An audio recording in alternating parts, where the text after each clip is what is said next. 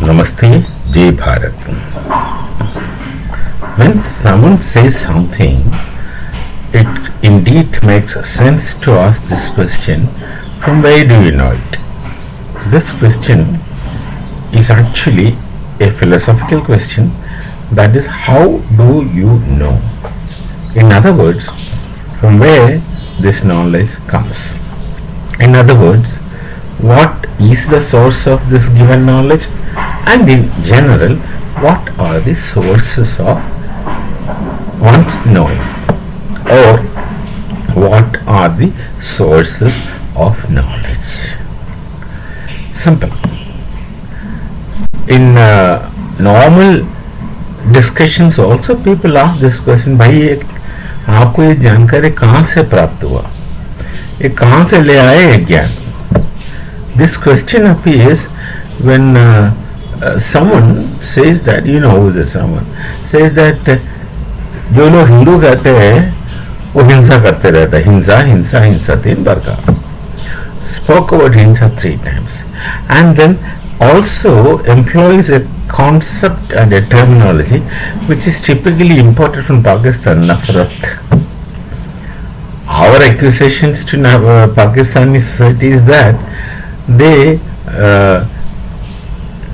create nafrat in the minds of the people of Pakistan against Hindus and Bharat, as a matter of fact. So it makes sense to ask this question: how do you know? Or technically, what are the sources of knowledge? The moment you ask this question, what are the sources of knowledge, then it at once becomes a philosophical question. And philosophy has got many aspects. People call it as branches. Maybe you can also think call it as a branch, no harm. But there are different aspects of philosophy. And the question which we asked just now, what are the sources of knowledge, comes under the broad spectrum of epistemology. Epistemology is that aspect of philosophy which inquires into how do you know. That means sources of knowledge. What is knowledge? What is the distinctions between knowledge, unknowledge, not knowledge, etc. These very subtle distinctions they make. The point is from which other sources you get knowledge. Here we are not definitely talking about the 2 fundamental types of knowledge. One is experiential and another one is speculative. They belong to a different realm of questioning, realm of understanding.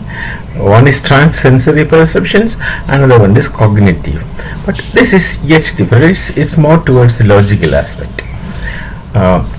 Given the Nyaya Sutra or the Nyaya system of philosophy, they say there are 4 sources of knowledge. One is perception, 2 is inference, 3 is analogy, and the 4th is verbal testimony. Perception is pratyaksha pramana in Sanskrit. Inference is anumana pramana in Sanskrit. Analogy is upamana pramana in Sanskrit, and verbal testimony is shabda pramana in Sanskrit. I'll just go quickly. Perception is Gautama himself defines sannigasha utpanna jnanam pratyaksham. What kind of sannigasha? Indriyartha sannigasha. That is sense object. See, the knowledge that is resulting from sense object contact experience is called perceptive knowledge or pratyaksha pramana. Pramana means valid knowledge, valid source of knowledge. That is perception. Second one is anumana. Anumana means inference. For example, their own example, you look at a hill and say there is fire in hill because the smoke is rising, and then they go about establishing the connectivity between continuously rising column of smoke and the fire as the origin of that, because they establish an invariably concomitant relationship between smoke and fire. Then third is through comparison. You go to buy the market to buy mangoes, and you buy mangoes on the basis of comparing with what you already know. And the 4th source of knowledge is shabda. That is verbal testimony. That is what we get from teachers. That's what we get from elders. That's what we get through teachings of anyone, and also from books, etc. So these are the four sources of valid knowledge as per the Nyaya Vaisheshika philosophical system in Bharatiya Darshan Parampara. And different people, different schools may have slight variations as to the numbers of the pramanas. This is accepted, that is not accepted. That's there, that is there. Now, when you say Hindu continuously do himsa in a place which is very auspicious to us, you may say that this makes sense to us. What is your source of knowledge? Who taught you, or who told you to speak like that? Where you obtained this knowledge? If he says that I know it by myself, then he must be seriously into some kind of nervous illness. Should go for treatment if he wants, otherwise all of us will have to suffer.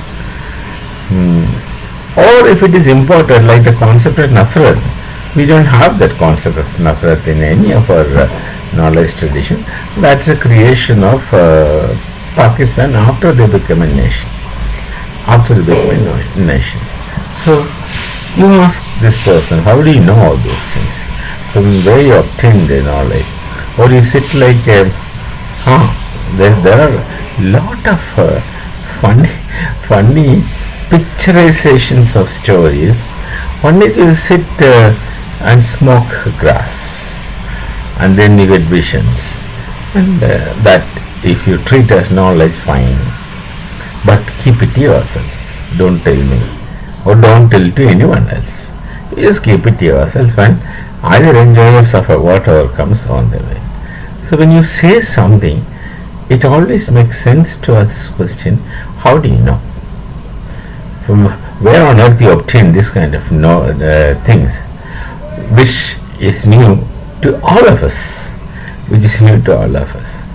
So such champions of knowledge who so confidently speaks such things and confidently continues to repeat is thoughtless people, thoughtless process. He was very refinedly admonished by calling him Bal Buddhi. It should have been no Buddhi. I won't even say Manda Buddhi. If it should be no Buddhi, you say anything that comes to your mouth, and so people don't care also. People won't take it serious. At the most, somebody will use you as an instrument for something. Let these things go on. It is our fortune or destiny to put up with these things, and it's natural that one gets disgusted. Chalo milte till we meet again. Namaste. Jai Bharat. Jai Shri Ram.